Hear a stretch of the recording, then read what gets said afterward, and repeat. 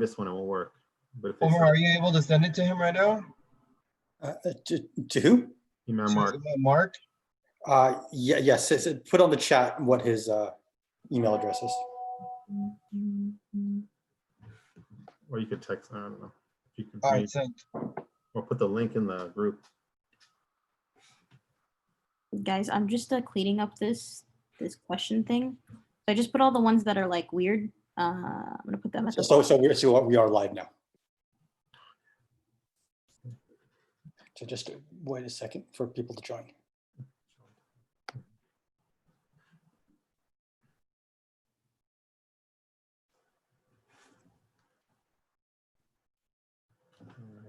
All right, inshallah ta'ala, we'll get started. A'udhu billahi minash shaitanir rajim. Bismillahir rahmanir rahim. Wa salatu wa salamu ala rasulillah wa ala alihi wa sahbihi ajma'in. Assalamu alaikum wa rahmatullahi wa barakatuh. Alhamdulillah, may Allah subhanahu wa ta'ala bless all of you for attending for today's much needed and important program. I'm your brother in Islam, Shahid Ali from Islamic Society of Orange County. And alhamdulillah, today we have a plethora or a good group of youth here, alhamdulillah, from different organizations that are representing, of course, their youth groups, and from coming out from, of course, from ISOC, Islamic Society of Orange County, also NextGen Youth Group from Islamic Center of San Diego, and we have Masjid Al-Ansar youth group here participating with us, Institute of Knowledge, Islamic Society of Corona Narco, Islamic Institute of Orange County, or Masjid Omar Farouk, and Mohsin, that's here also, and they're doing their ASL or sign languaging for those who would like to, who need that or have that is available for those individuals. So alhamdulillah, we have a bunch of different youth groups that are here putting it together tonight, this beautiful program as we did last week. And these youth have got together and said, you know, with the current situation, we really need to do something, and not just one masjid or two masajid. We need to all kind of put together in this crucial time and really build, closing the gap of these issues that we never really tackled. You know, one thing in the Muslim community, we have a lot of issues of Palestine, Syria, and Kashmir, and sometimes we forget what's going on in our own backyard, and also what's going on with our fellow brothers and sisters from the Black or African American community in the inner city, as sometimes our locality is a bit far from them and we're disconnected. And this is a perfect time that we kind of just close that out and finish that and make our communities all one, and definitely understand what the issues are that are going on currently right now. And so tonight's program is titled No Justice, No Peace, from the famous, protest slogan, and what's going on right now with the whole George Floyd incident, and also some obviously anti-blackness and white supremacy and police brutality, and a plethora of different issues that we want to tackle for tonight. And so we have a great amount of, we have great speakers for tonight that is here with us, and also different youth that'll be representing their youth groups and asking questions that we're going to try to have a kind of a talk show type program. But I wanted to open up with a verse of the Quran, like always. Allah subhanahu wa ta'ala's words are obviously a great way to kind of set the tone of how, inshallah ta'ala, we could benefit and direct ourselves from the guidance of our Creator. And I wanted to recite a verse from Surah Nisa, chapter number 4, verse 135, where Allah subhanahu wa ta'ala says, A'udhu billahi minash shaitanir rajim. يا أيها الذين آمنوا كونوا قوامين بالقسط شهداء لله ولو على أنفسكم أو الوالدين والأقربين إن كنتم غنيا أو فقيرا فالله أولى بهما فلا تتبعوا الهوى أن تعدلوا إن تلووا أو تعرضوا فإن الله كان بما تعملون خبيرا.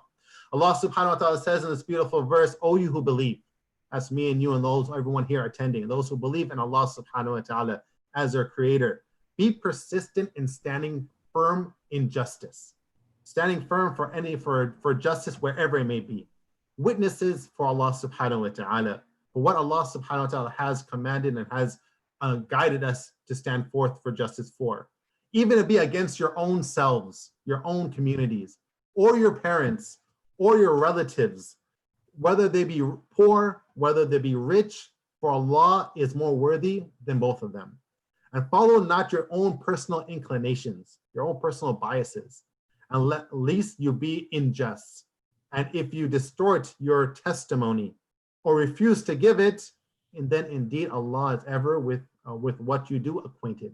This is a beautiful verse, goes over a lot of topics that we could go over hours just talking about this one ayah. But one thing we could, at least from the beginning of it, Allah subhanahu wa ta'ala says, stand firm for justice. And that's what we're trying to do here. And one thing is, if you want to stand firm for justice, first of all, you need to know what the issue on the background of that justice is, and who are the people that's being oppressed, if you will, and get to know them and their issues and their history, if you're going to stand out and speak for their cause. And that'll make you more sincere in your own effort and be able to impact their cause a lot more. And that's what we're doing here tonight, to get a little bit more closer of understanding what is anti-blackness and white supremacy, police brutality, the issues that our African-American or Black Americans have been going through in this country for many years, not just within Muslim community, we're just talking about in general. Alhamdulillah, we have beautiful speakers tonight. We have Hajjah, Kenyatta, Bakir that's here tonight. We have Imam Marc Manley that will be speaking, and they'll be introduced in a proper introduction later on. But I will pass the baton, or pass the imaginary mic over to our sister Salma, where inshallah she will continue with the program. All right, this is me grabbing the mic. Assalamu alaikum wa rahmatullahi wa barakatuh, everybody. It is so good to see everyone back again, and it's also amazing to see friendly face Sister Kenyatta here. And I'm excited to hear from Imam Marc Manley. First off, I would like to thank again our ASL interpreters. It's amazing that we have this for our community, and this is one way that we can do better for all of us. All right, bismillah. So first off, we have Sister Hajjah Kenyatta Bakir. You guys remember her from last week, amazing speaker. She will be talking on the topic of anti-blackness, police brutality, and the Black American struggle, inshallah. Sister Kenyatta has 28 years of experience. She's been a teacher, director, principal, owner of a child care facility, professor, and a consultant of the ECE. And she was born and raised a Muslim in Los Angeles, California. She has her bachelor's degree in child development and a master's in early childhood education. She also has a year of doctorate in interreligious studies from Bayan Claremont School of Theology. She has opened her own preschool and helped open Islah Academy as well, which is the Muslim school that serves South Central LA. She also has helped charter a school in South Central LA as well, that is housed at Bilal Islamics campus.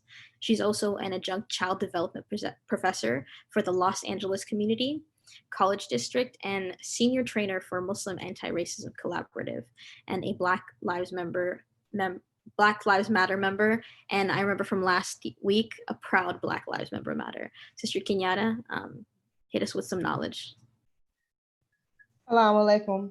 It's a pleasure to be on the call with you all in Zoom land. And I'm so honored to be here tonight for a few reasons. I love that you have lifted up the youth. We spoke about them last week, but my thing is always to have the youth present, right? As you heard, I have a background in early childhood education, 28 years in this field. And I believe you can have them as small as 2 and 3 years old. They have something to say. There's a young Black girl that's been shown in the media who's 7 years old, who was out in front of a prison in Brooklyn and lifting up, say their names, right? 7 years old on the microphone. So I'm honored to see that you have the youth present here today.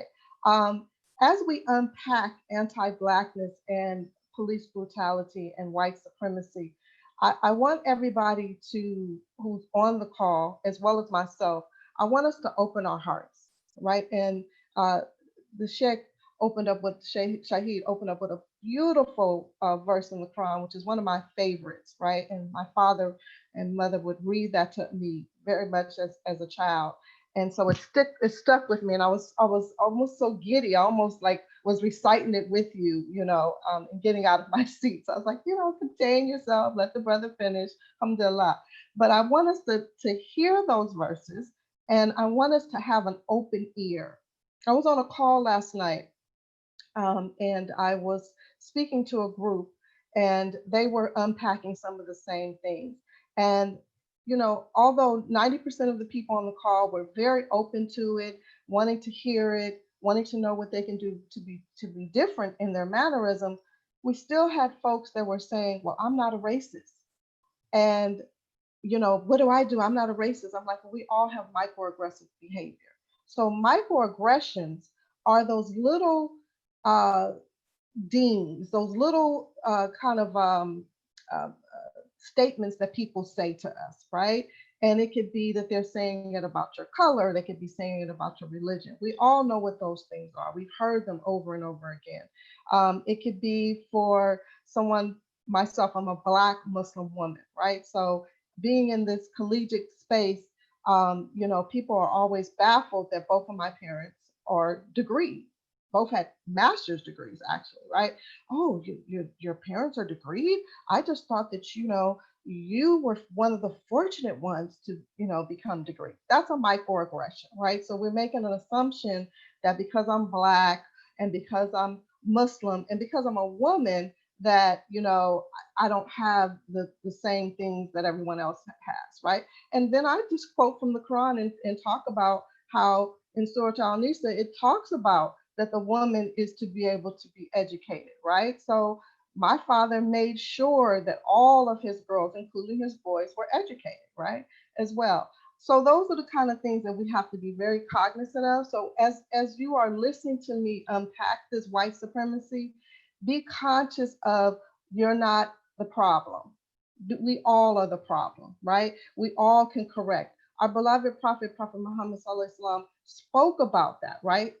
He talked about that no Black person is better than a white person, and no white person is better than a Black person. I might be loosely saying it, right? We know in the Quran it talks about nations and tribes, right? So that we may learn from one another, right? Not that we may fight against one another. White supremacy is so embedded in our country and around the world that we almost ascribe to it without even knowing that we're ascribing to it, okay? Some people will say, well, if you just listen to the police and put your hands up and you know, drive correctly or do what you're supposed to do, you won't be harmed. That's untrue. I even had to express that to my own cousin.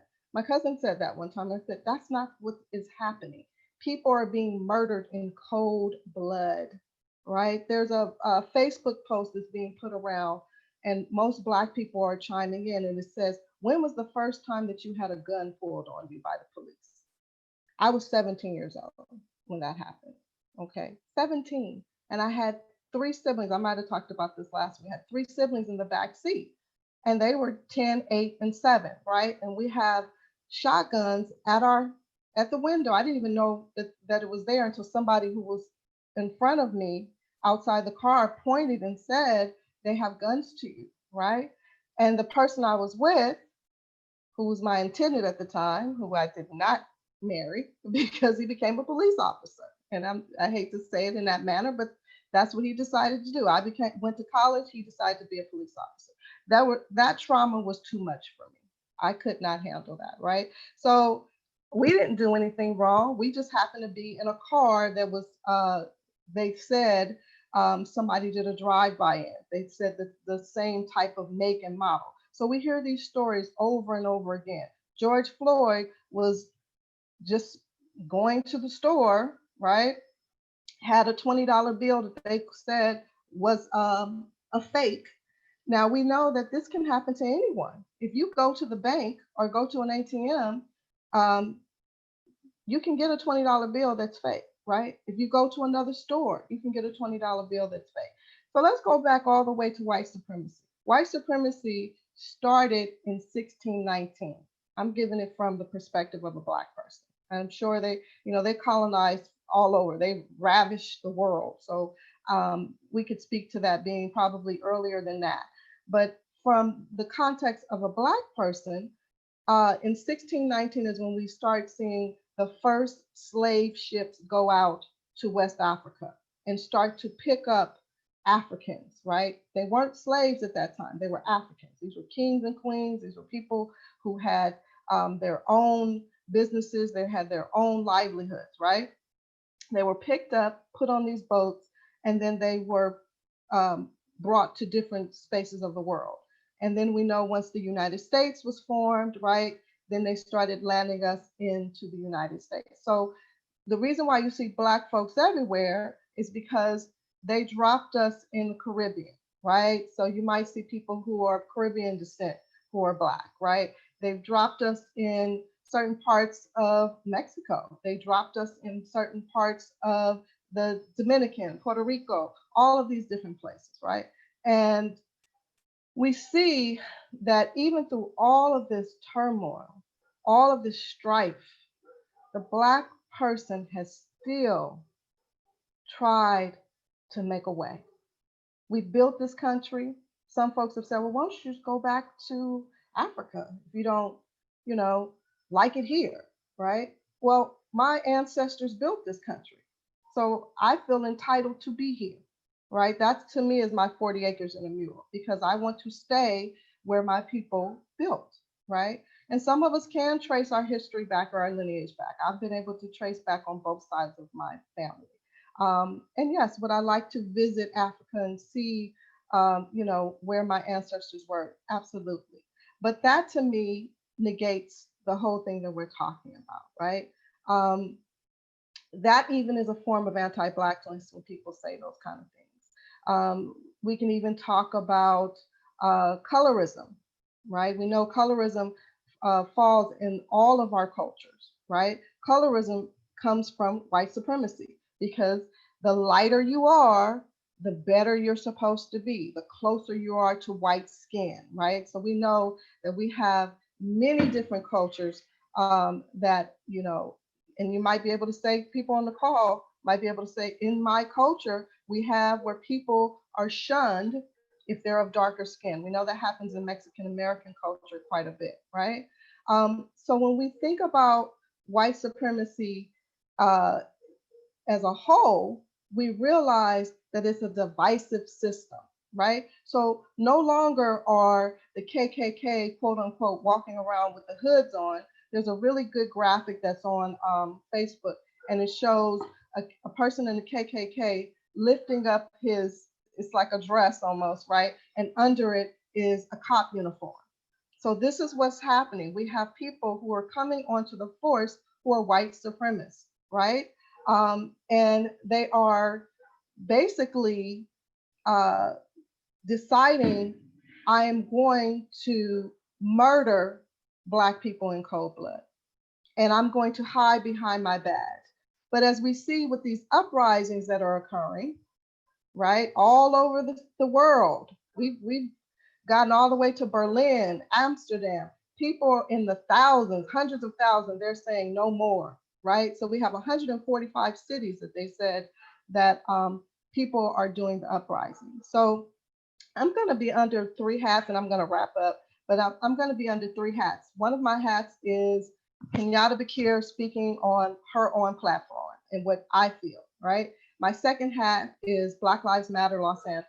My third hat is Muslim Anti-Racism Collaborative. So all of those hats, I'm very fortunate, do marry all together, right? I just got off of, some of you might have seen, Isla LA did a day of outrage today, right? And they had Omar Suleiman on there, and they also had different people who had been in prison for 40 years and 20 years. One of the brothers, Brother Abdul, we were able to interview, and it was an interview, but it also turned into a slight documentary. I have a sister that's a film director, and she could see, she said, listen, this, inshallah, is going to be huge. So she gave up her time and helped the videographer, and step by step got us this document. We've got about several hours of footage. But this brother that was on there, Brother Abdul, was basically persecuted, right? And in prison for a murder he did not commit.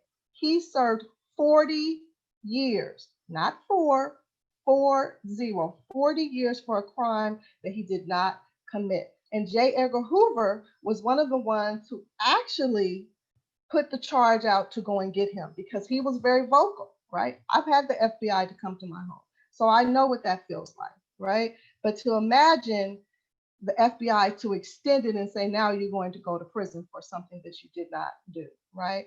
So we were able to get his story as well. We know of another sister, her name is Daima Jordan, and her husband, Robert T. Stokes, was murdered in cold blood in front of the masjid in 1962 by the police. So there's many, many, many stories that we could talk about. So police brutality, and I'll just end with this, it stems from white supremacy. White supremacy is still alive and well. But if you want to talk about the police and where it all came from, like last week I spoke about slave catchers, right?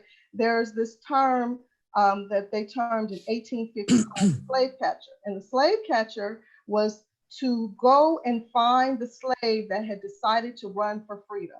And it was three things that he was able to do, depending on what the slave master said. If the slave master said, kill him on the spot, he killed him on the spot. If the slave master said, beat him with a whip or beat him with your own hand, he beat him, right? Or the third thing, he brought him back to the plantation, right? So if you look at the police and how they're operating now, think about these peaceful protests of people that were out there. They sprayed people with pepper spray, they took people's masks off. They shot several of my friends who are in Black Lives Matter LA with rubber bullets. Rubber bullets can harm people. They can actually kill you. There's a couple of instances of people who have brain damage as a result of that.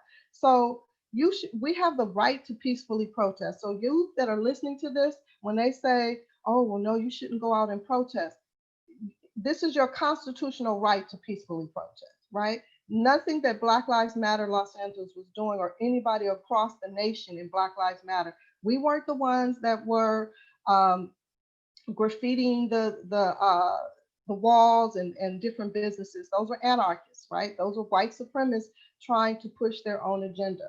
So don't believe the hype. Don't think when they put BLM that that's BLM. We were not. We were not looting. We were doing peaceful protests. We were singing, and we were out in front of the mayor's office, or the mayor's home, 5,000 people, right? And I believe they said in the hundreds or even 200,000, they were out in front of City Hall. So as a result, we were able to get $250 million given directly to the Black communities. That's what the mayor benchmarked, because we at Black Lives Matter gave 55 demands. And so of that demand was to house people, give them food security. So $150 million was taken from the police. So we consider that a win, even though they still are getting $3 billion a year, right? And we know that people are being furloughed all over the city. So it doesn't make sense for you to furlough people in their jobs and then still fund the police. So we're saying defund the police. That's what that means. It's not, I know some people are not abolitionists like us. We have a different model. We have a model of interventionists and mental health people that can save this space. And then lastly, I just want to end. Folks have been asking as well and saying, how can they get involved? You can go to Black Lives Matter Los Angeles, their page. We also have a Black Lives Matter meeting that's going to be this Sunday. It's going to be at McCarthy Memorial Church. And we will be there around 7 p.m. Melina Abdullah was on Isla LA today. She is a Muslim. She's a proud Muslim. She spoke to that today. And we will be unpacking more of our people's plan of what we have. And then lastly, with Muslim Arc, just want to give you an overview. So folks who are saying we have, anti-blackness that's happening, how do we deal with microaggressive behavior? How do we deal with our own isms?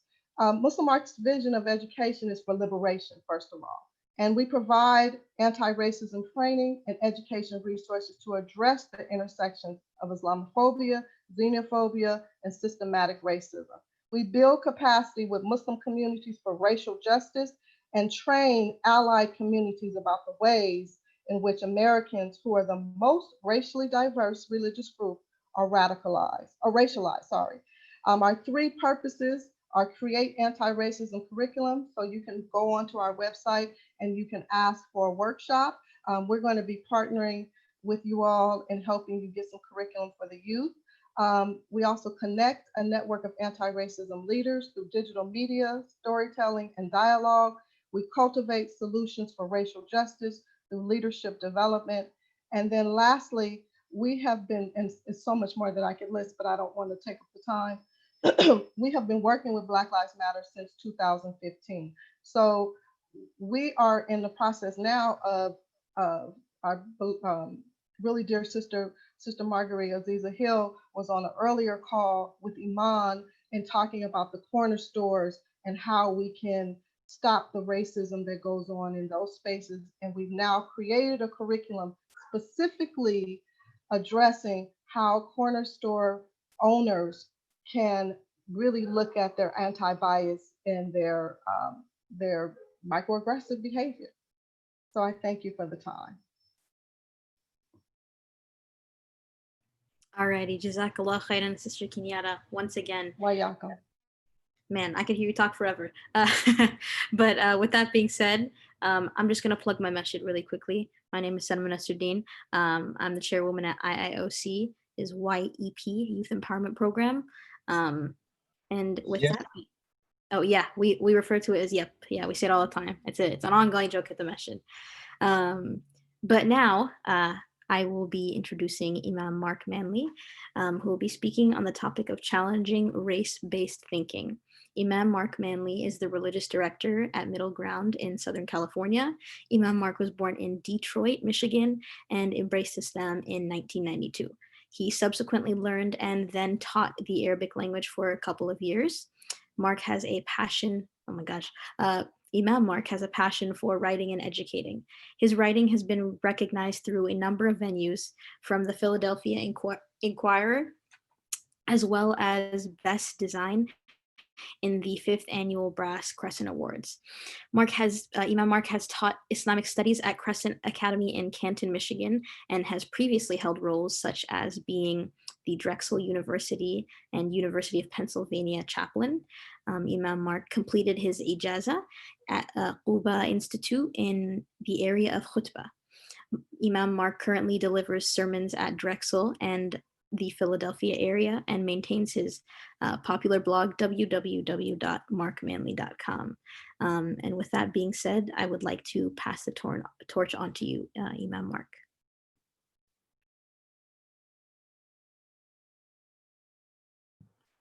Marc, I think you're still muted.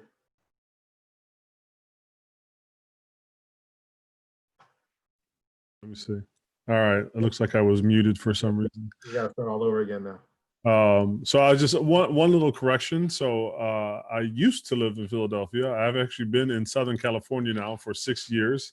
I'm formerly the Imam at the Islamic Center of Inland Empire, and now I'm the Imam and director of Middle Ground in Upland. So I don't want anybody to think I'm still in Philadelphia. I've been here for about 6-7 years, alhamdulillah. Wow. I don't know how to, precisely follow Sister Kenyatta. She gave us a lot to think about, and to think about how to, implement and deploy. So if anything, I will just try to, maybe in a small way, take the idea of challenging race-based thinking and try to plug it into that. I think it's important that, of course, we're going to have people in the community that are going to have, different points of view and different trajectories of how to tackle, the issue at hand. And it's my hope that these disparate, different perspectives can be brought together in a way that they will be complementary more than they will be adversary, right? That we can bring them together and try to find a way to synthesize them. As Sister Kenyatta pointed out, while it's true the phenomena of white supremacy predates slavery, so to speak, right? I do believe it's important that we don't try to turn this into purely just a history lesson, right? And get down to the granular level on that, but try to deal with the things that are impacting us today. And I think it's important to understand that while slavery seems like a long time ago, very much the specter And the grandchildren, just like the grandchildren of slaves, myself being one of them, are here today, so are the grandchildren of white supremacy, right? Both as an ideology and actually practitioners, right, are here with us today. So I think it's helpful to see that, we're still, history isn't just history, that it impacts the present very much so. And I have been trying to articulate this over the last several days, and I think I may have succeeded in confusing more than educating when it comes to the topic of, what do I mean by challenging race-based thinking? And, my hope is that the Muslim community will situate themselves far more in the Book of Allah and in the Sunnah of the Prophet sallallahu alaihi wasallam, and how we tackle these issues, and not just simply verbatim or unquestioningly take certain frameworks, particularly that are coming from the secular world, and just say, okay, well, we're Muslims, and we'll just sort of take this as Muslims and run with that football, run with that baton, without scrutinizing them and examining them and determining what parts of them are, acceptable to us, being passed through the Quran and being passed through the Sunnah, what parts of them might require some adjustment, and what parts of them we might say that we cannot, that we cannot work with, or we cannot condone. And that's a little bit of my concern at the moment, is that, particularly for some of you might know, right? But particularly, I guess, as a so-called light-skinned Black person, right? And Sister Kenyatta mentioned about they dropped off some Africans in the Caribbean. Well, I am the descendant of one of those Africans that they dropped off in the Caribbean. My grandmother's from Belize, a little tiny country you may have never even heard of in Central America.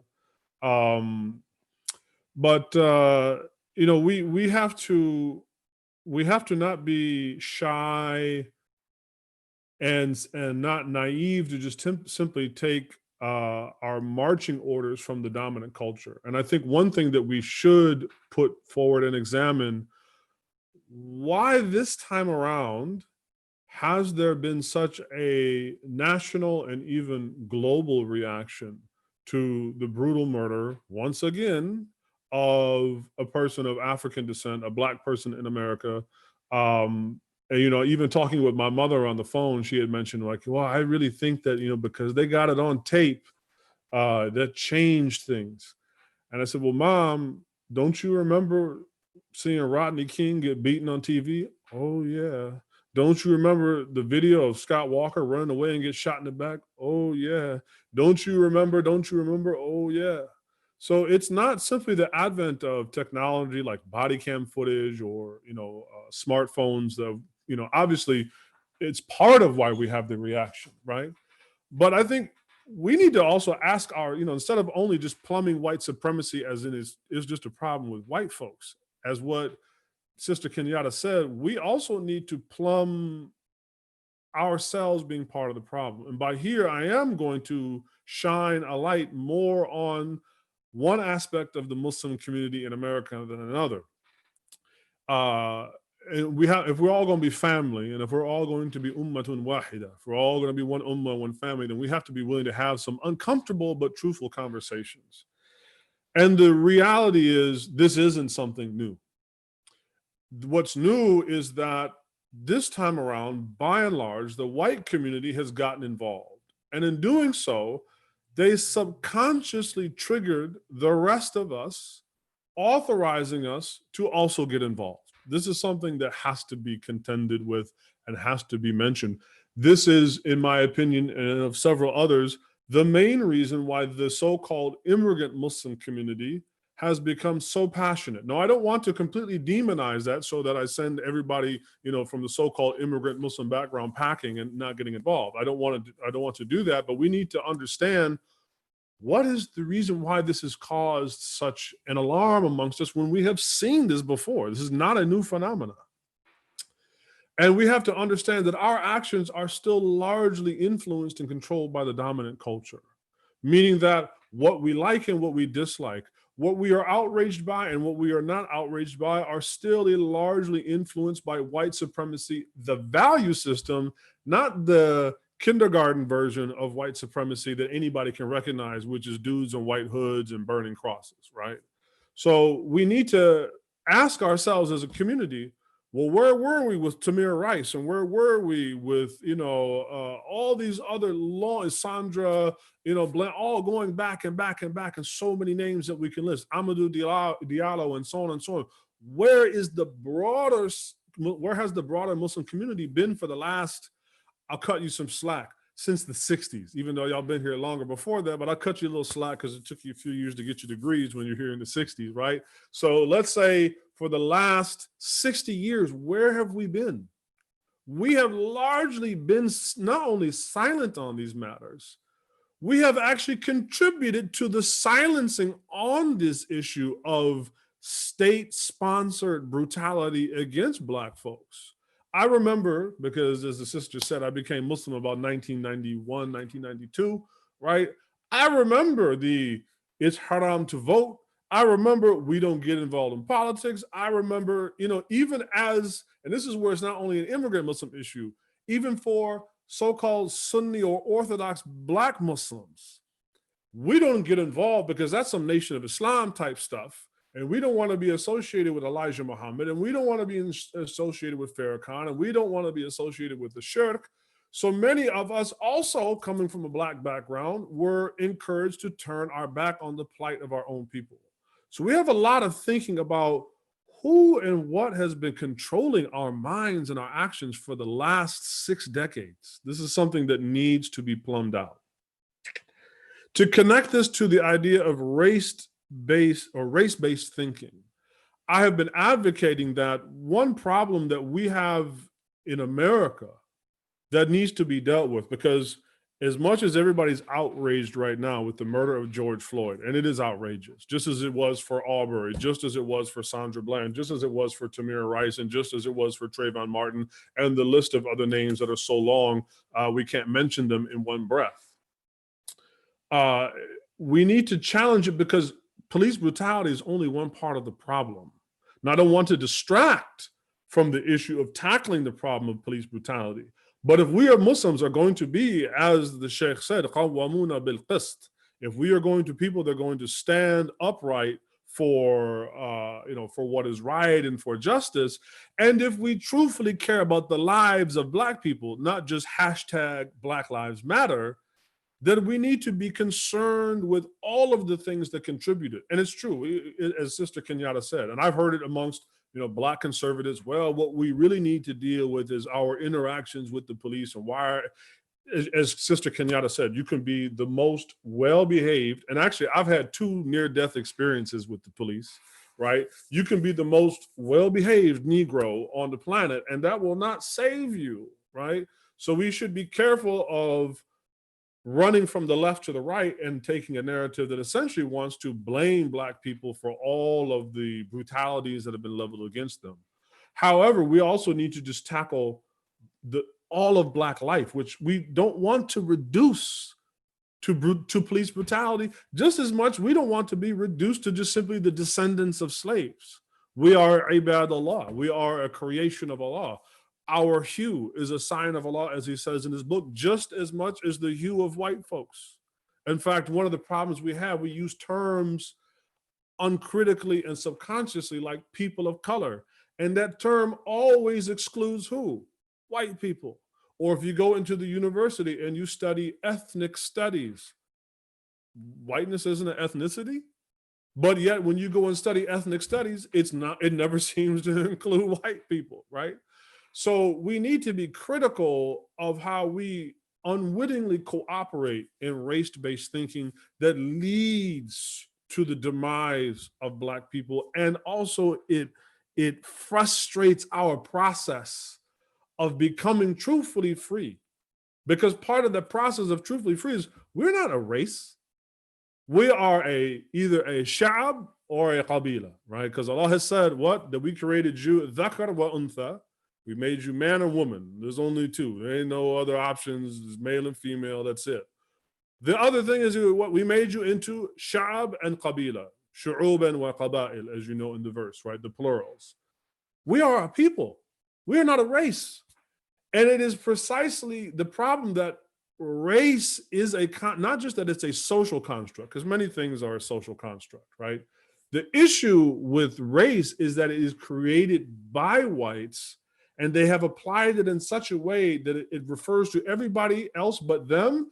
And then they are sort of invisibly and artificially raised up into the clouds, where they almost become quasi divine, right? This is a major problem. So within race-based thinking is an idolatry, and it is shirk.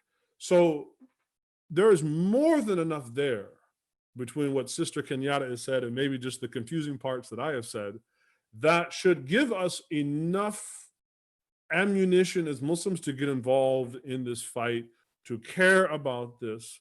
And as Dr. Jackson has so eloquently said, you know, to make a kind of analogy, Black people in America bear a resemblance to Banu Hashim, right? The tribe of the Prophet ﷺ, who were not all Muslims, and yet not only bore the brunt of the boycott, right, against, right, the Quraysh, the pagan Arabs, right?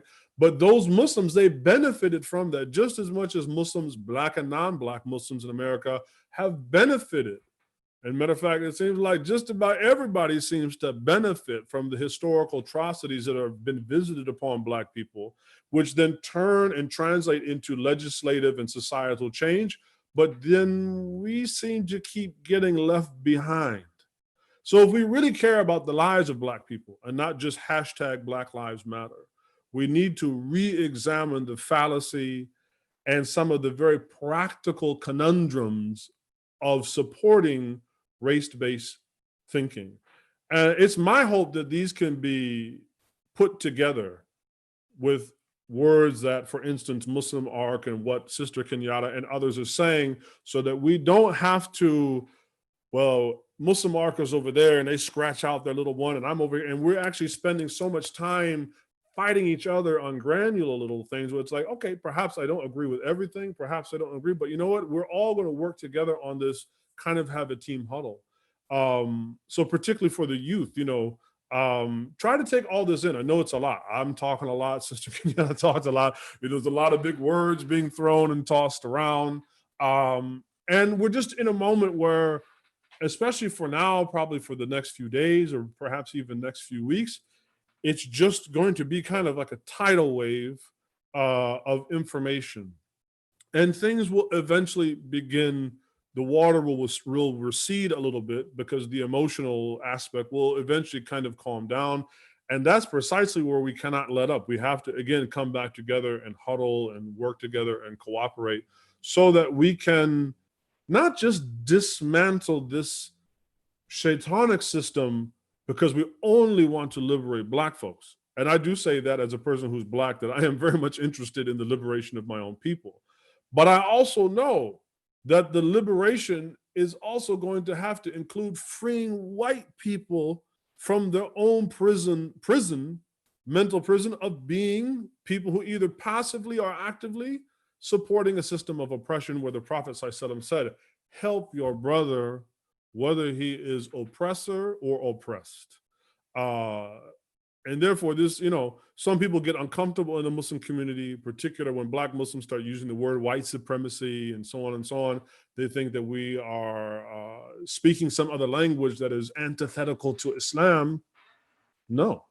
In fact, we are doing nothing other than what Allah said to Musa alayhi salam, idhhab ila fir'aun innahu tagha. He told Musa alayhi salam, go to Pharaoh because he has gone beyond the bounds. And therefore, as Muslims, Black or white, we have to go to the proverbial Fir'aun today, which is the United States government and the system of white supremacy, because it has gone beyond all bounds. So that even though some may say, well, it seems like all of a sudden the Muslims have jumped on the bandwagon, there may be some truth to that, and we can criticize that when the moment is right to do so.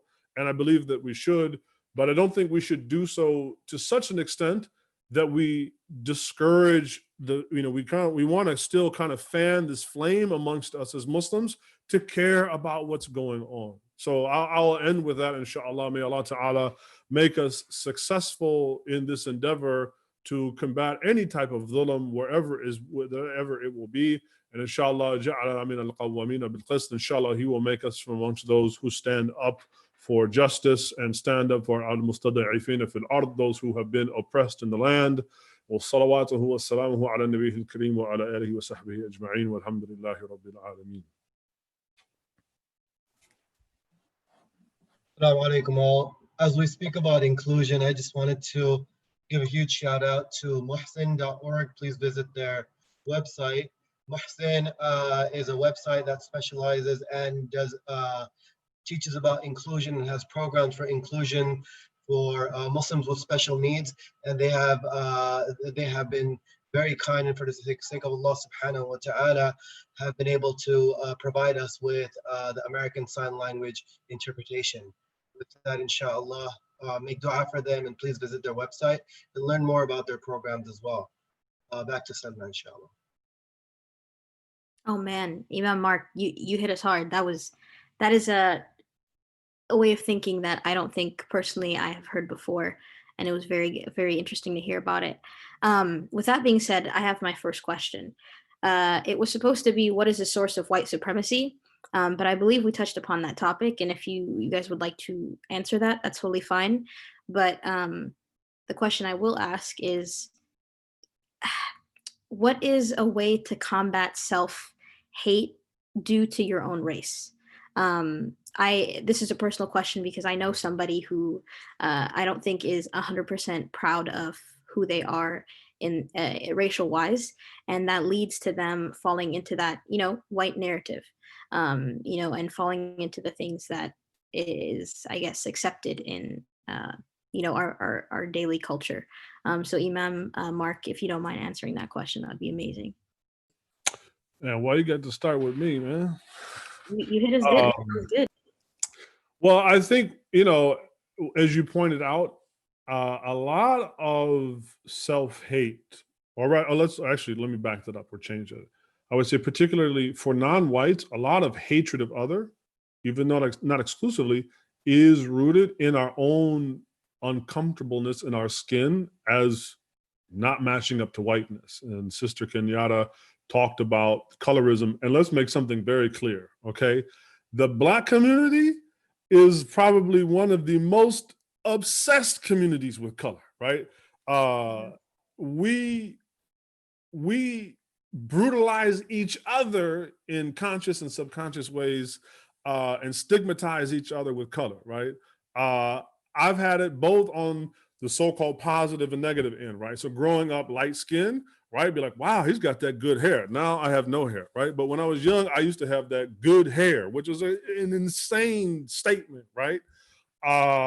And I've had people in my own family, like, when my daughter is born, ooh, look at, she's so light, she's so pretty. I'm like, what did you just say, right? So let's get it understood. Like, we have digested and then regurgitate upon ourselves subconsciously the problem of colorism.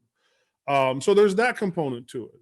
We also need to differentiate between hate and then just personal preference, right? Because it is natural to have a preference for one's own. And then to be quite blunt, there's a couple of interesting hadith where the Prophet ﷺ, for instance, was talking with Salman al-Farisi and some other companions who were not Arab, and we're like, man, I'm not really feeling these Arabs, man, and the Arabs and the Arabs and the Arabs. And the Prophet Muhammad ﷺ was like, I'm an Arab.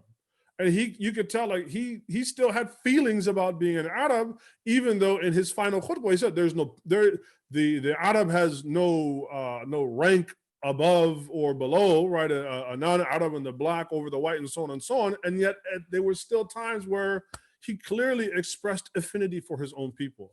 So it's natural to, if you're Pakistani, to love biryani, right? It's natural if you Black folks to love beans and rice, right? It's natural for us to have certain proclivities that we like over others, right? But if you get to the point that you think you are better just simply because where you come from, right? And this is where there has to be some self-reflection. And of course, I think today, you know, I was just reading a book and commenting on it earlier today on Twitter. One of the things that I think inhibits young people, so I know that some younger people are watching, one thing that inhibits self-reflection for young people is actually modern technology. We're so busy with Twitter and Facebook and gadgets and whatnot that we don't have not only beneficial conversations and exchange and conversations with other people, we don't even have it with ourselves because we're constantly looking to the device for entertainment and to combat the boredom that we have within our souls and whatnot. So I think that there has to be a way of creating space for self-reflection, right? And not being afraid to, as the Prophet ﷺ said, Al-Qayyis man dana nafsahu wa amila lima ba'da mawtihi, right? The intelligent person, that is the one that indicts himself and then works for what comes after his death. This can be applied to the very topic we have before us now of how to deal with hatred. That was an amazing answer. I don't think you could have answered it any better. I'm going to pass the torch on to Sister Sada.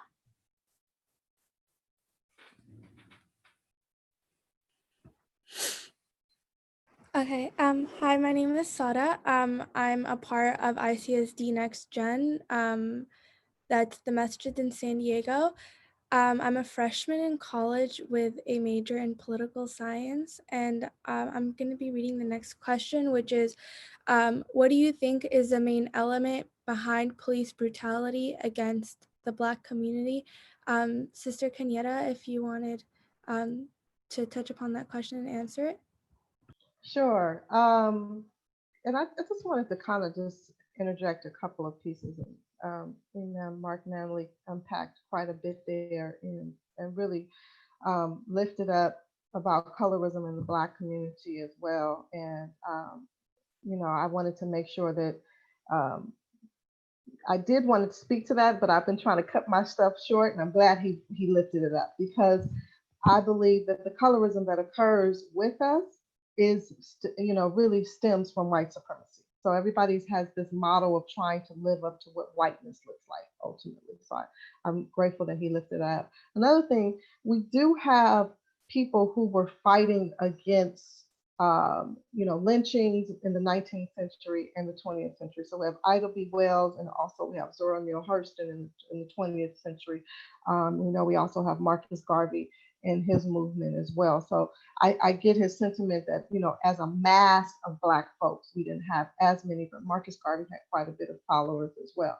As it relates to police brutality, as I was saying earlier, I believe that, and several of us believe, that it stems from the original notion of slave catchers. So if you look on most sheriffs, you know, their vehicles, they have this star, right?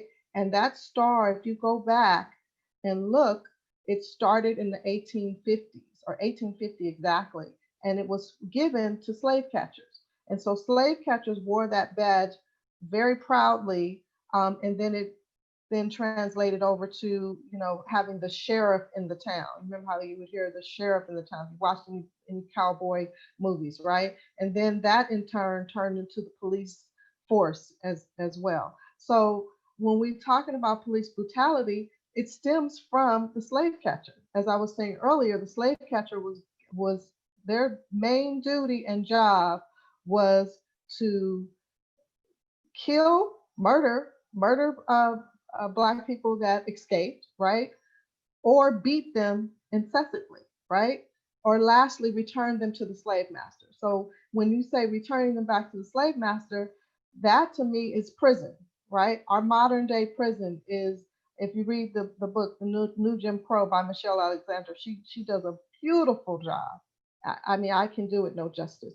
She does a beautiful job of really going into not just a historical you know, account, but she really talks and breaks it down as to how it's connected to the police brutality. So we know that we live our trauma, and our goodness all comes through our genes. So if you think about even just, you know, I teach child development, right? So if you even think about a child and their personality, right? somebody might say, well, you know what? She acts just like grandma such and such. She has her demeanor to a T, right? All of those genes are translating, coming down to us. So when we see people participating in police brutality, and when people say, oh, well, all cops aren't bad, right? Of course, we know all cops aren't bad, but the system, you're in a systemic, oppressive system. So you are basically really saying, okay, I can't, say some police officers try to stop somebody from doing police brutality, right? They in turn will turn on them, on the person who's trying to stop them, right? And it's the culture, right? So just like we talk about gang culture, when people say, oh, well, you have gang banging that's, really through the Black, society and hood. Gangs were formed by us to really protect our neighborhood and protect ourselves. It wasn't this violence that was backing it. We know that in the 80s and in the 90s, our late 70s, early 80s, drugs were dropped into our hoods, right? Our backyards, right? And so when people say, oh, well, they brought the drugs in, you want to tell me that Black folks who had very little resources, so that's stemming back as well when folks say, well, what if you just get a job, or if you just do? We're talking about generations of Black folks not having, right? So those drugs were dropped in the 80s, I believe, by Reagan and his administration from Colombia, right? You looked up and it was there the next day. I remember when there was not crack cocaine in my hood. And then the next day there was crack cocaine, okay? So all of it is stemmed from white supremacy and when we talk about the original slave catcher.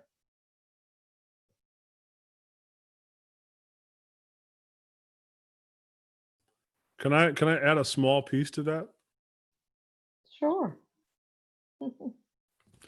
I agree with everything that you said. I think just to give us a little, because I always like to give people, drop some breadcrumbs for people to go and chew on later on. I think the thing with it, it's true. The police were essentially a reformulated, institution from the slave catchers. But they themselves are kind of like as we would say, the tip of the spear, right? If we look at the rest of the shaft of the spear, we also have to look at what was going on in the world at that time, which was the European world in particular was changing from where religion was the primary informer of what was truth and falsehood and what was reality to now science. And this is where I always like to challenge Muslims that say the Quran is a book of science, and that's got a whole bunch of problems to it, right? And certainly one reason why Black people and Africans, and then of course so-called Black people, became to be seen as inhuman or subhuman is precisely due to the influence of science, right? European science went around the rest of the world, as Sister Kenyatta said, right? The Europeans were around and, raped and pillaged and dominated. And they said, these people are not like us. Not only are they just simply different, but according to our science, they are not even human. And so when we look in the Constitution, right, we have what is sort of dubbed the 3/5 clause, right? Where Black people, perhaps the intention where slaves were not going to be counted only upwards of maybe 3/5 of the white population, but it translated because of science into the deeper psyche of whites that essentially Africans and their descendants are not only subhuman, but let's just call it what it is, not even human. So the brutality that would eventually go to the tip of the spear, to the spear catcher and to the slave catcher and then to the police force is, and this is where sometimes the pre-slavery history is important, there's a genealogy to this thought that goes back to what? We are not human in their mind. And therefore, that's why even for sometimes we can be just as scared of a Black cop as we are of a white cop. And we can be just as brutalized by them, because once you go into the institution of the police force, and Sister Kenyatta talked about how she had to break some stuff off because she couldn't deal with that, right? there is something that happens when you go into that institution of the police force that even for so-called people of color get reformatted where what? Black people are not human, even when we have the same hue. So I just wanted to throw that out there as some breadcrumbs that we cannot also discount the importance of the history of science and how it came to inform whites and how they viewed the world, how they formed their governments, and how those distilled down into pre-rational and subconscious thinking that then informed the very institutions that they would create, like the police. May Allah bless both of you. SubhanAllah. One thing is, what's a good problem is that when you have speakers that have so much experience and knowledge, they don't just give you the answer, they give you a whole big bowl of fruit with it also. And so alhamdulillah, we really appreciate that. But I'm looking at 30 minutes left, and I know we have at least 4 to 5 more questions, if not more, to ask. And that was kind of our issue last week. So we'll, with all due respect, I know you have so much knowledge, alhamdulillah, if we could see if you can keep the answer to maybe like 2 minutes. I know that's tough. Yeah, like I said, alhamdulillah, we really want to benefit from all of you, but we'll see how much questions that we can get to, inshallah ta'ala. So may Allah subhanahu bless both of you.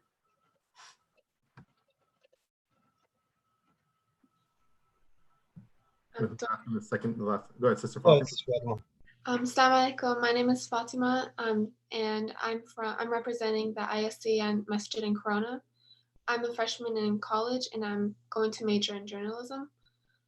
The question I have here is: Islam was so good at eradicating racism in the Prophet's time, sallallahu alaihi wasallam. Why were they so successful, and how have we fallen so far away from their model?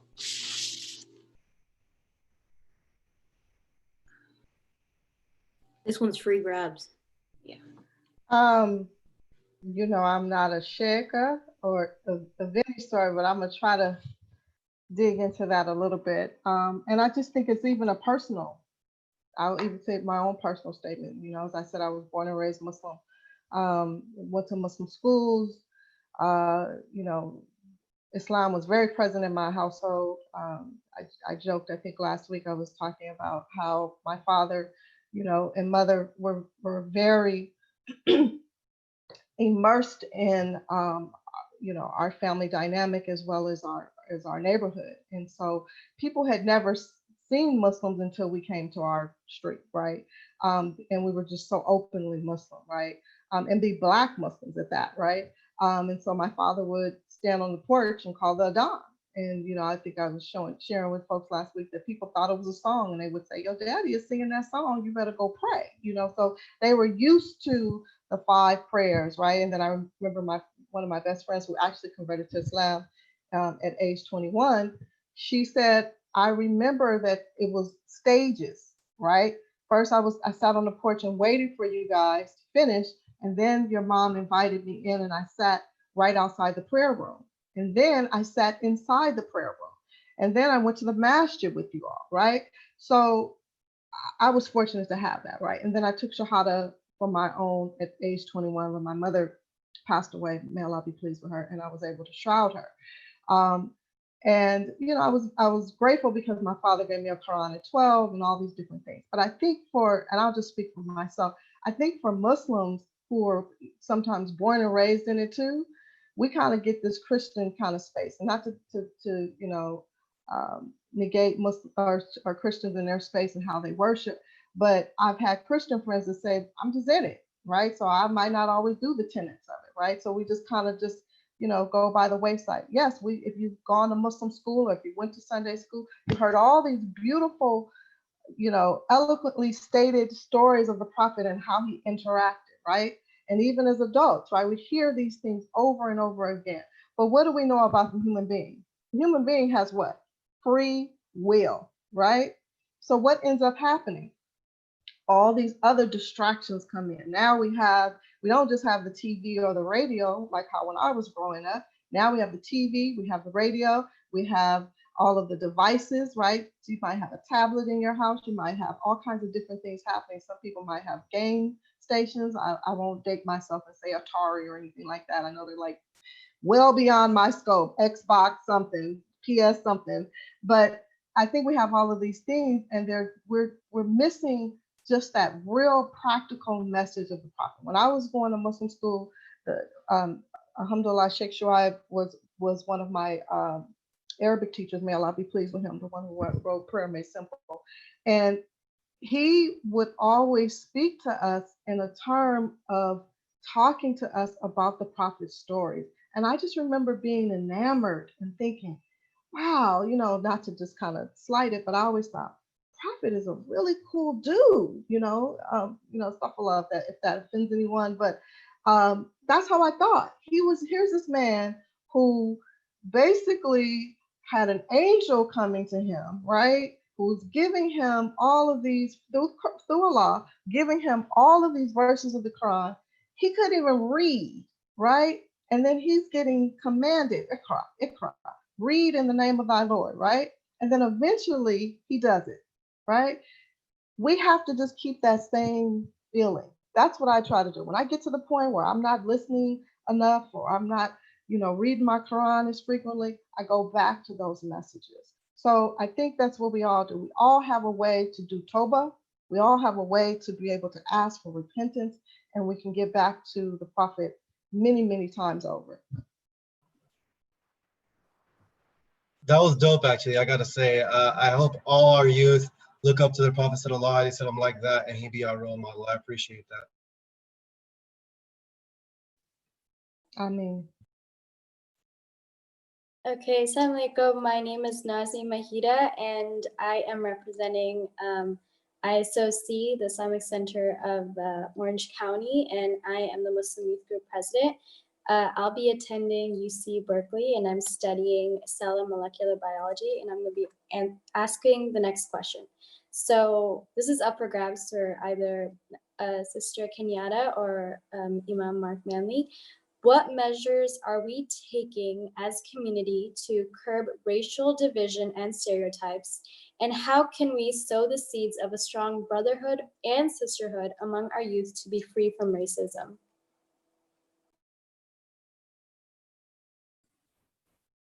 Wow. You expect me to answer this question?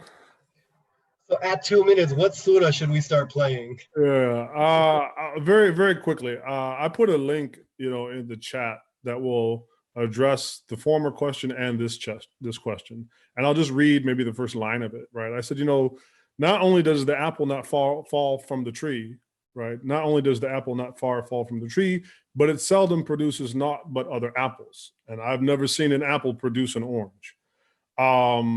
You guys are part of, at this point, you're going to Berkeley, right? I mean, you're a lot smarter than I am. I'll certainly say that, right? And you're younger and you have more energy.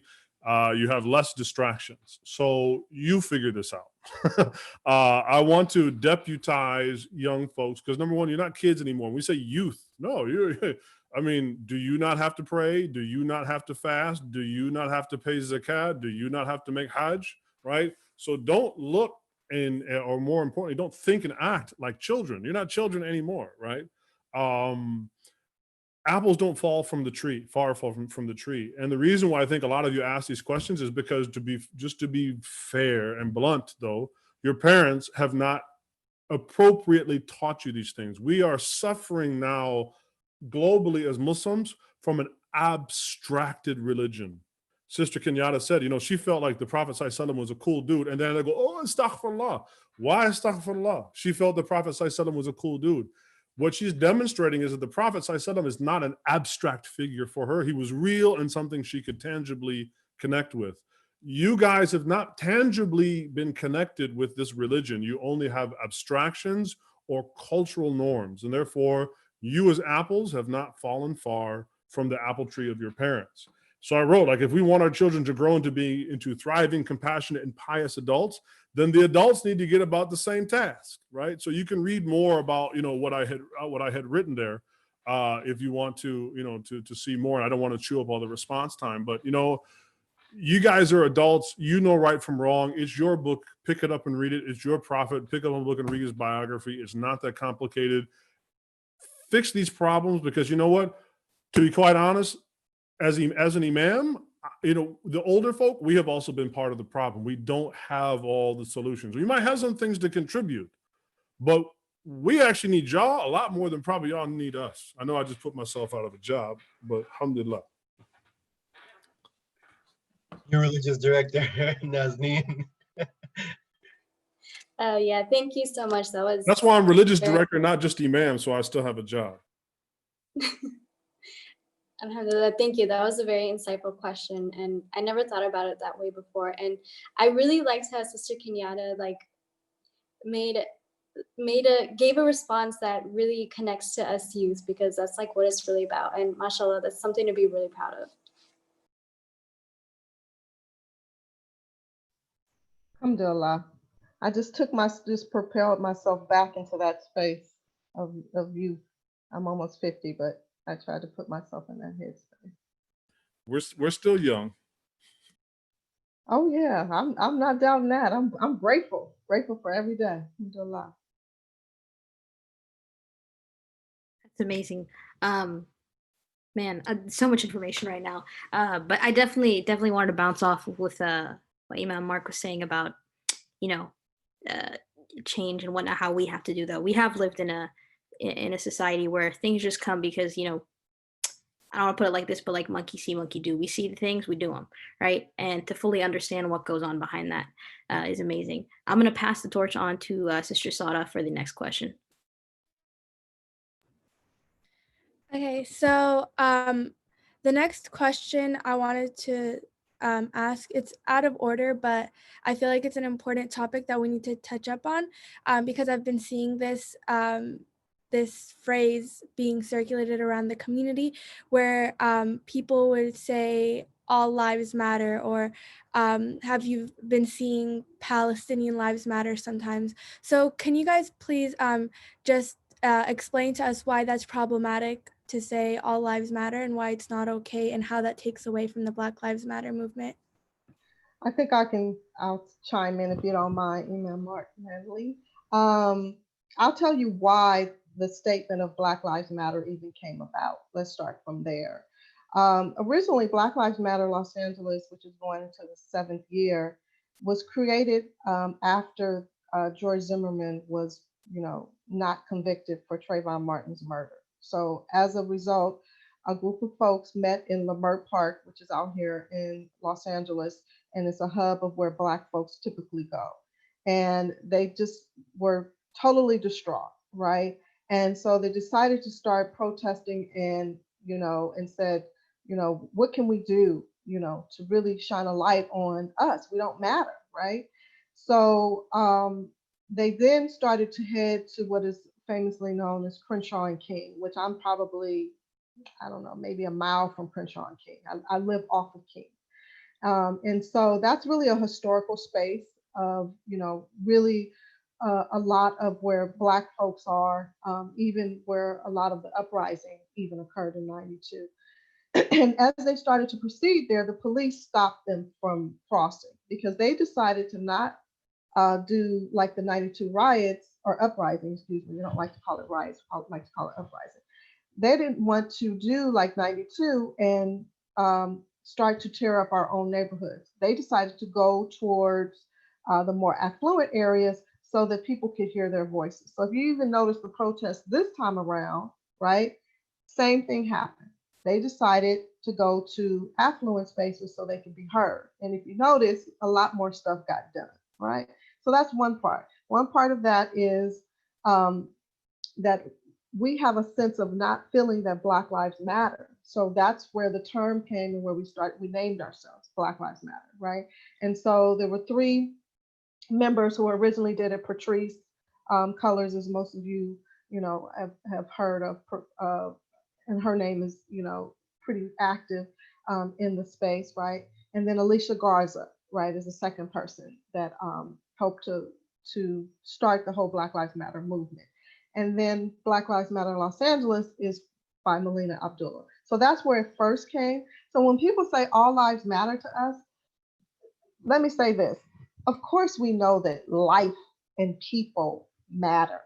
But when you have a people who have been continually for hundreds of years not being placed in a position of, we're not even talking about power, we're talking about a position of just equality and having equitable rights, right? So when we talk about redlining, Black folks in Los Angeles couldn't cross Central, right? So when you hear about jazz being founded on Central Avenue, that's because Black folks couldn't go cross Central, right? For years, right? Until probably the late 40s, early 50s, or live in those spaces. They could go and work, but they had to have these badges, and it was a whole thing, right?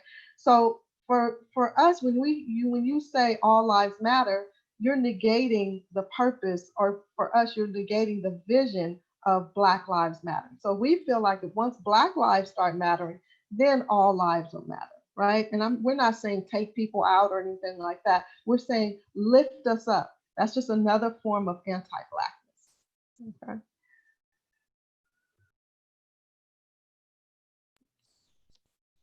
So,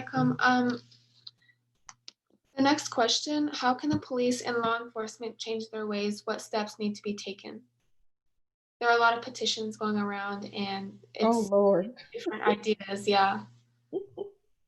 I'm chuckling because, you know, Black Lives Matter, we're abolitionists. So when you say law enforcement in that realm, for us, we have the whole defund the police, and we have tangible ways of how we're trying to defund the police.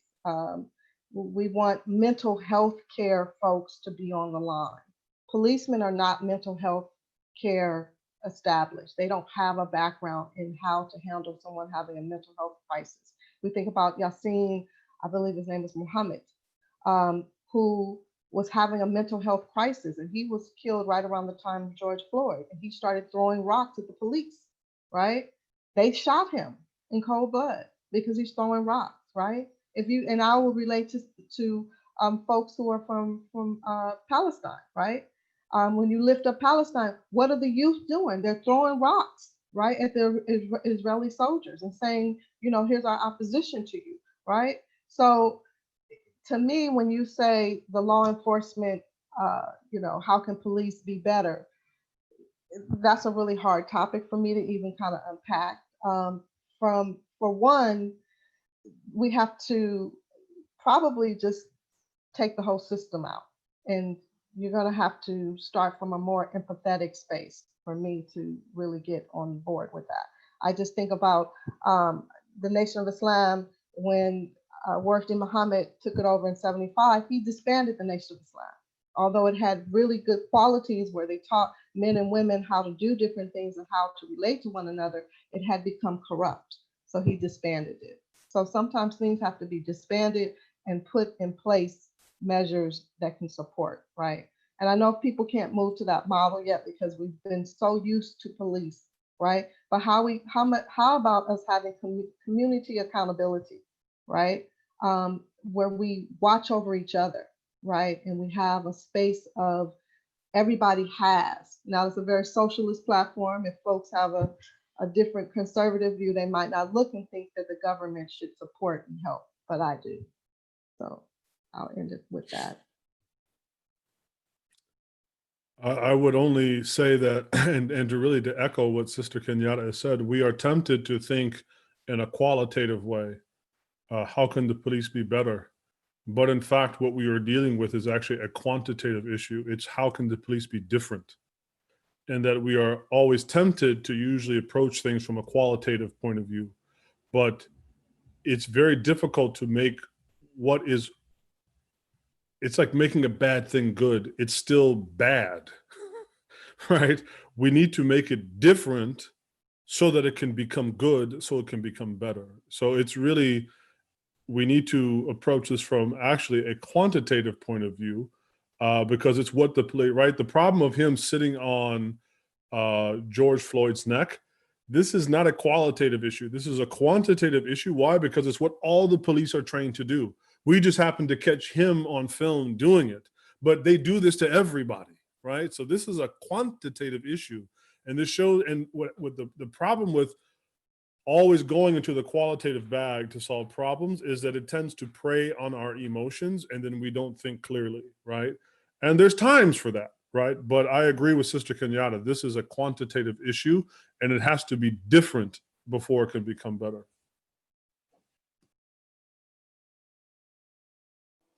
Okay, so I have the next question. Specifically for the immigrant Muslims, what is the immigrant Muslim role right now with in regards to how it's a struggle that I as well faced. How can we explain to, let's say, like our immigrant parents who say like this does not pertain to us, but there have been events in the past that directly correlate to our freedoms in this country that the Black people have given us through, let's say, the Act of 1965. How can we better explain to our parents that their role in this country is basically the Black people have contributed to it? Does that make sense? It's up for grabs. It does make sense. And I'm going to actually not talk too long, but I wanted to lift up Imam Manley spoke about that a little bit earlier, right? And talking about, you know, really how to look at ourselves, right? One thing that sticks out to me too, when we live such a micro kind of life, we live so siloed, right? We don't think in macro and meso systems, right? Those are different terminologies by Brenner that speaks about, you know, beyond our own neighborhoods, right? But if you look at the plight of the Black person, right? A lot of communities have encountered what the Black folks have encountered, right? It's just been in different spaces. I would say connected in this realm. What if you didn't have your privilege? We all have privilege. I have privilege even as a Black Muslim woman. I still have privilege, right? I'm an educated woman, right? I have resources. I have family, right? Even though I'm almost 50 years old, I have a father who I can call him at any time. I have siblings. I can call them at any time. Family, right? So what if you didn't have privilege? What if you didn't have resource? So as you spoke about 1965 with the Civil Rights Act, had not Black folks got out and decided with other allied folks that we have had enough and we need to change the laws, most immigrants, if they would not have have been able to even come here. One, okay? And say a few of you would have been able to come. It would have been much harder for you to build in capacity like you are, right? To have the businesses that you have, to have the resources that you have, to live in the neighborhoods that you have. So what I say is, think about it from the perspective of, I wouldn't even have this privilege had it not been for Black folks in their struggles, right? So don't pity us, lift us up and stop thinking in an anti-Black kind of space. And then just also lastly, think about our beloved Prophet ﷺ. Our beloved Prophet, I mean, this man was of the people, right? He had a woman that spat on him for years, right? Threw trash on him. What did he do when she got sick? He went and visited her in the hospital, right? So I'm not saying always say turn the other cheek, but he still extended himself to all people. He married a Jewish woman, from my understanding, right? So it's not just that I'm going to sit in my own silo and say, I'm Desi, I'm Pakistani, I'm Palestinian. I only want to deal with that group of folks. I say step outside your box, right? My thing is, it's just like we were talking about earlier, commonality comes through interacting with one another, right? Manley spoke about food, right? Even in our different cultures, we have similarities in our cultures of even how we eat, okay? And we can start from there. I'm always open to that. As far as what kind of food do we eat? I don't traditionally eat fried chicken. I never have really cared for it, right? People think that's Black people's food, right? I love Mexican food.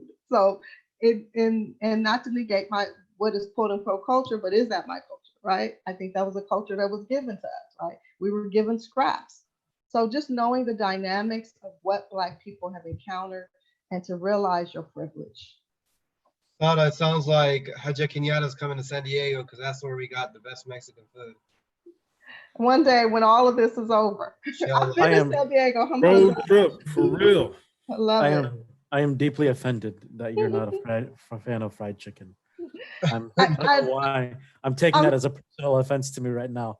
I'm gonna have some air fried almond flour fried chicken on my birthday and seafood. Alhamdulillah. So I'm gonna try. We'll get you some good Mexican food and it's on Sada. Man, that sounds good. Definitely. I would only briefly try to add to that is that I think if there's one major difference between born Muslims and non-born Muslims, and particularly born Muslims of the so-called immigrant persuasion, is that you have fallen into the trap of essentialization. You essentialize yourselves as inseparable from Islam.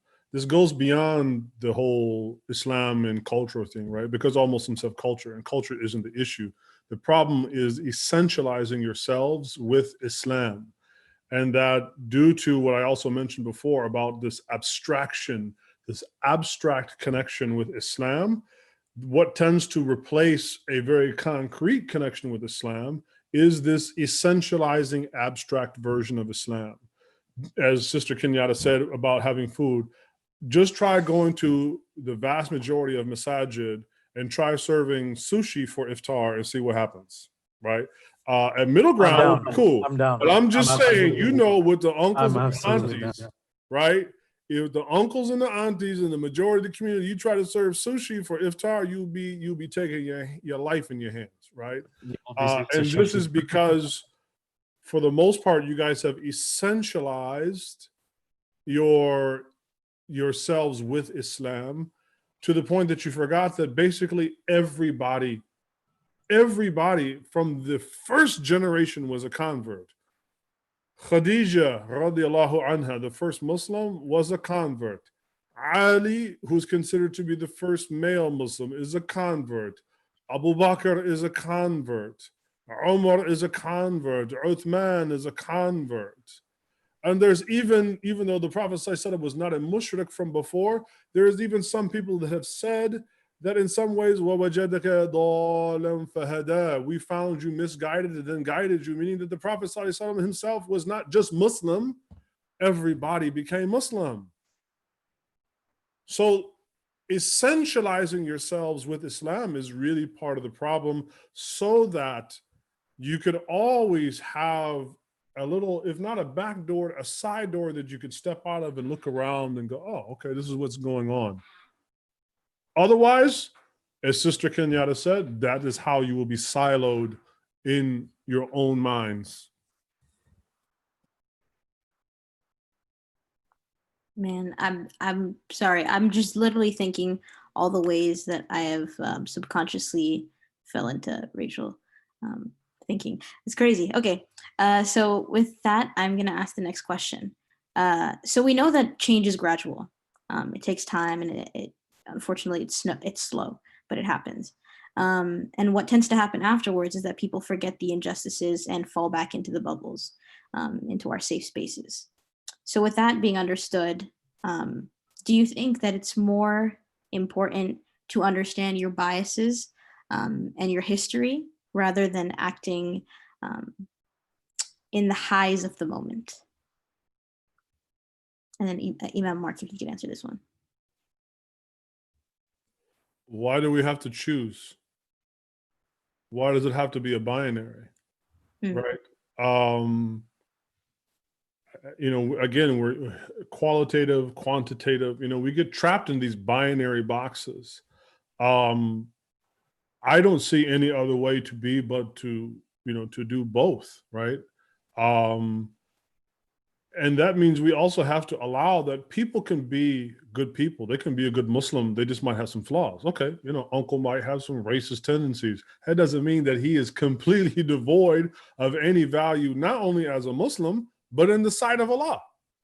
So he's got some things he needs to work on. At the same time, if his racist tendencies lead to the abuse of his fellow man, Muslim or not, he's going to have some questions to answer when he meets Allah, right? And that goes for all of us, right? This is not just about putting the uncle on blast, right? I'm just trying to give an example. I think the trap is to fall into, oh, I have to spend all my time reading history books. No, you also need to pray to Hajjah. right? A person that labors with prejudices in their heart should still pray to Hajjah.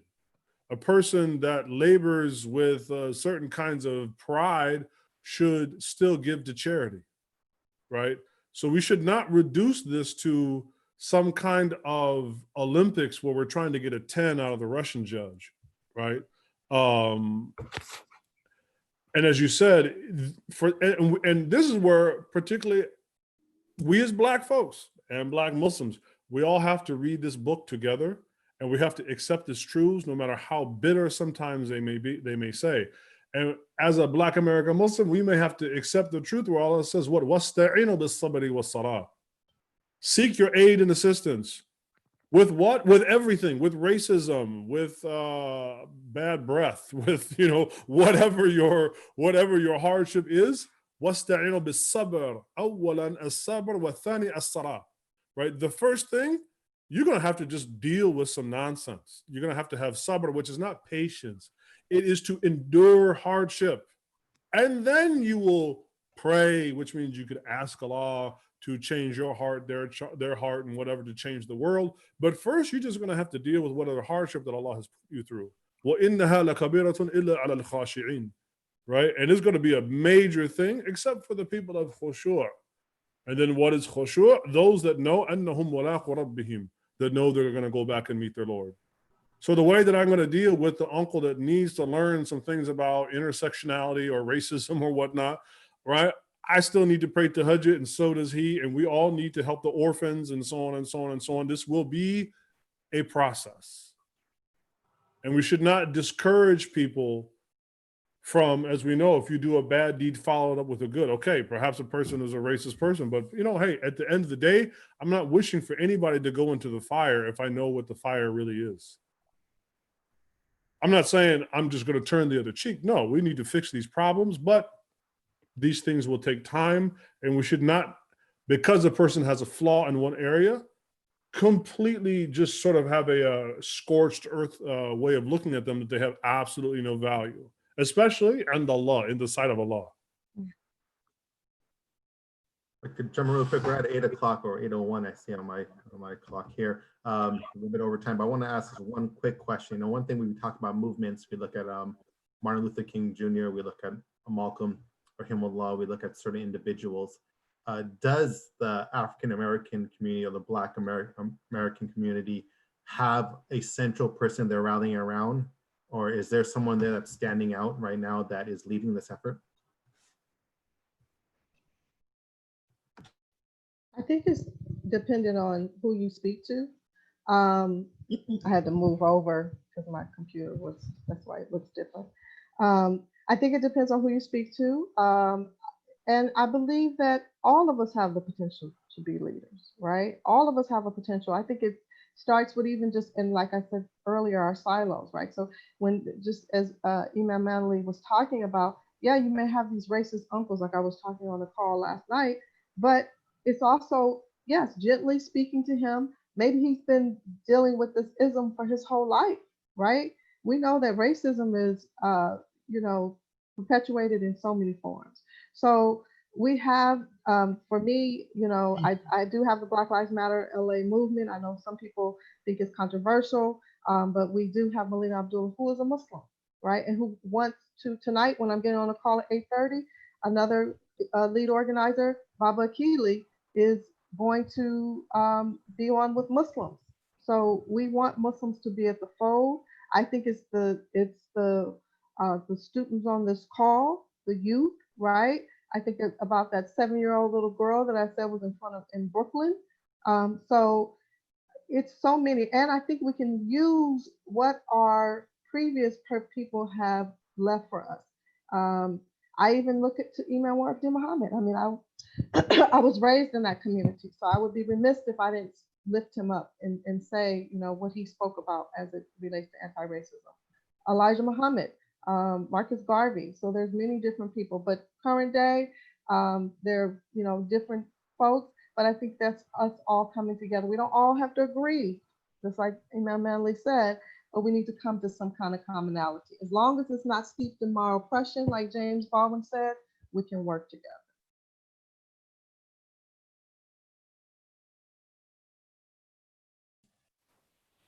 I think blackness is not a monolith. I agree with everything the Sister Kenyatta said. I've seen racist uncles feed a lot of poor people. And I've seen some woke black folk Muslims not put a dime in the sadaqah box, right? This thing, we're not a monolith. So we have to also, in our pursuit of justice and our pursuit of being, shu'uban and qaba'ila li ta'arafu, right? Of being different nations and peoples to mutually know one another and stand up, right? That's a process, right? That's how Allah wants us to be, and that's a process. I do not need to strip somebody down to the bone just so that you can see me as a human being. Because at the end of the day, my karama, my dignity is going to come from Allah anyway. Whether you give it to me, alhamdulillah, we can be brothers. But if you don't give it to me, I have Allah, and that's sufficient. Wa kafa billahi shahidan wa kafa billahi wakilan. Right? That's, I think, something very important maybe to shelve for another conversation between us as black folks, is that, in our pursuit of racial justice, we also have to remember that the dignity that we are after, ultimately it comes from Allah. And we can never give that to another human being to then what we redeem as some sort of coupon. No. Our dignity and value comes that we are khalq Allah, we are Allah's creation. And I think that is something very important. And everything else is, as Sister Kenyatta said, is a negotiated process. One last thing, can I just have you put in the chat Muslim Art, muslimarc.org. So a lot of these different things that we're talking about when we're breaking down microaggressive behavior, colorism, there's curriculum that has been built around that, and this movement has been going on for the last 6 to 7 years. It was co-founded by Margaret Aziza Hill, as well as Namira Islam. And I would be remiss in not lifting them up. They have done impeccable work, and I'm honored to be in the struggle with them. Jazakallah khair, everyone. Thank you so much to Sister Kenyatta and Imam Marc. Thank you so much to everybody who attended and listened. I would just want to ask Imam Marc if you can please close us off with a dua before we end, please. Inshallah, I think, one of the shortest and most underrated du'at that we have as Muslims from the Quran is رَبَّنَا آتِنَا فِي الدُّنْيَا حَسَنَةً وَفِي الْآخِرَةِ حَسَنَةً وَقِنَا عَذَابَ النَّارِ. Oh Allah, give us the best of this life and give us the best of the next, and save us from the fire. And inshallah, in our pursuit of racial justice, let us not forget that the end goal is that we go into the garden, inshallah, that He has prepared for us. Ameen. Ameen. And inshallah, just like last week, Sister Kenyatta, Hajjah Kenyatta, has been very generous with her time and told us in advance that for the questions that weren't answered live, I will bombard her email with those, and she will inshallah reply to them.